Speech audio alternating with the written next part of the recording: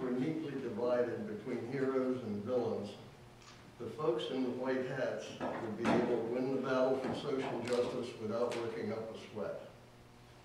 But we are not. As Dmitry Karamazov observed, good and evil are monstrously mixed up in people. To bring this problem into a little sharper focus, the world is not cleanly divided between oppressors and oppressed. The same identity groups and the same individuals may be simultaneously oppressors and victims of oppression, as in the case of Native Americans in the antebellum South who owned slaves. A generation ago, Paulo Freire counted this phenomenon, which he termed sub-oppression, among the most intractable problems facing practitioners of a liberatory politics. A liberatory politics created to change the real world, and not simply to be a feel-good fantasy for activists, must take cognizance of sub-oppression and must include a set of principles for dealing with it.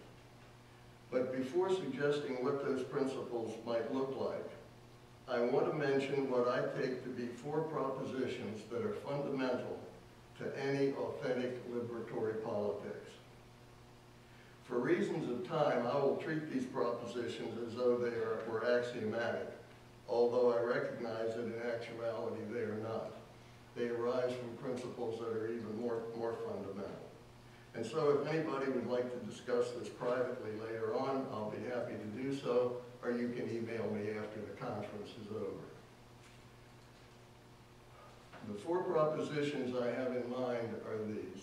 First, the only valid criterion for moral consideration is sentience.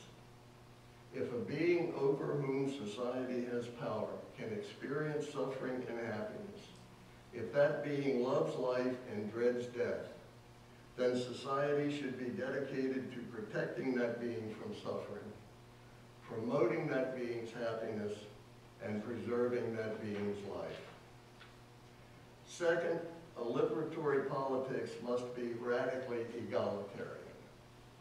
Inequality is suffering, and suffering inflicted or condoned by society is, with certain very limited exceptions, injustice.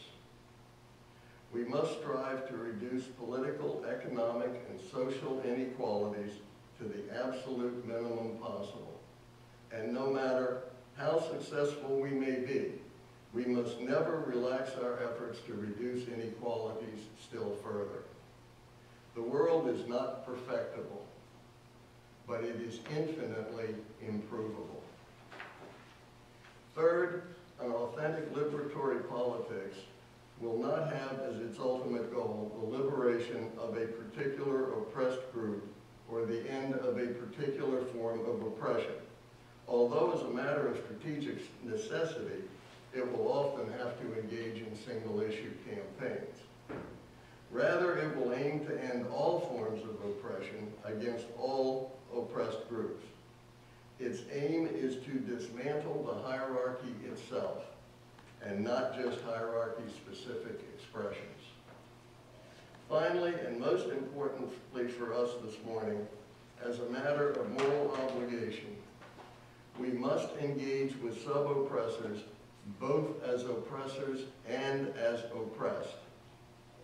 Furthermore, as a matter of strategy, in treating with sub-oppressors, we must be sensitive to the fact that people who lose a benefit or a privilege, whether that benefit had been justly held or not, typically believe at a gut-deep level that they have been unjustly and unfairly used, and they resent it.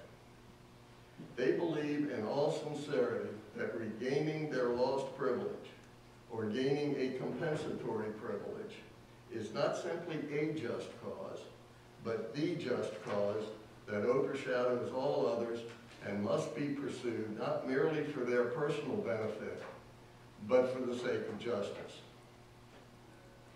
Thus, after Reconstruction, Southern whites held blacks in a state of peonage.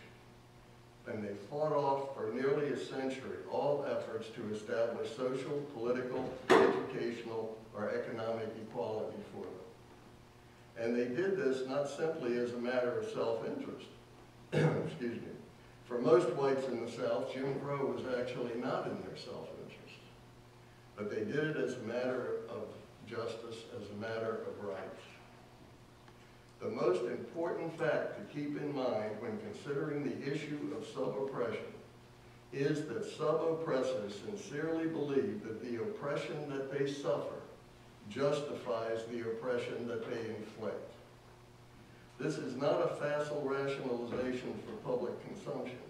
It is a fundamental, desperately held leitmotif of their moral worldview, one that shapes or more properly distorts their entire set of moral intuitions.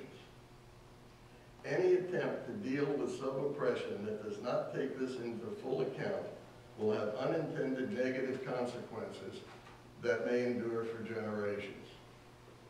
After World War I, the victorious Allies imposed harshly punitive terms on Germany.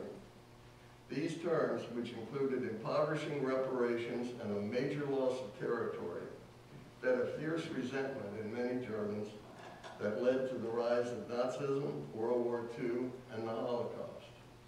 By contrast, following World War II, the Allies were generous in rebuilding Germany's economy and ushering their defeated enemy back into the community of nations on a basis of equality. The result has been 2 generations of peace and prosperity in Europe and no resurgence of Nazism. A politics of liberation should, I believe, approach sub-oppression and the conflicts it engenders in accordance with 4 guidelines. First, oppression is always wrong, and whenever and wherever it occurs, it must be stopped.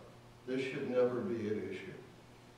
What is always at issue is how any specific instance of oppression, including sub-oppression, can be stopped in a way that minimizes revanchist settlement in those who have lost their privilege, while advancing the concept of an egalitarian society inclusive of all sentient beings.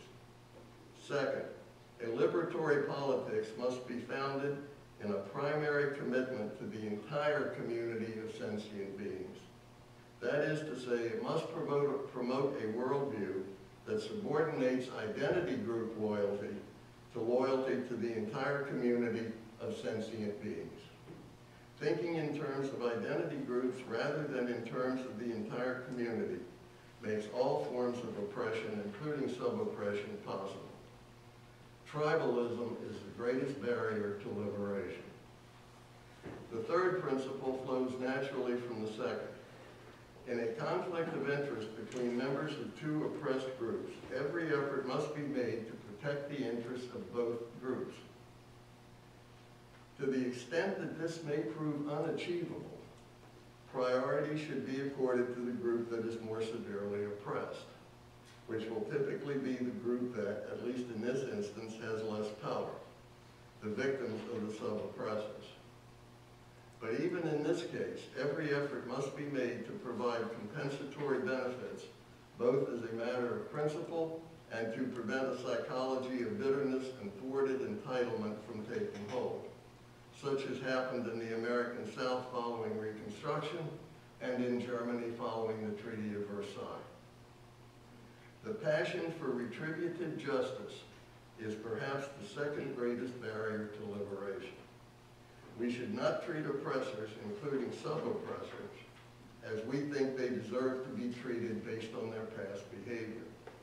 We must treat them in whatever way shows the greatest promise of promoting universal liberation from this moment forward. Punishment plays no role in liberation. And it may be true that those who cannot remember the past are doomed to repeat it, but so are those who devote themselves to redressing the grievances of the past rather than building the happiness of the future. Scores are never settled, and a liberatory politics cannot afford to set about giving everyone their just deserts. Forgiveness is not simply an enlightened spiritual value. forgive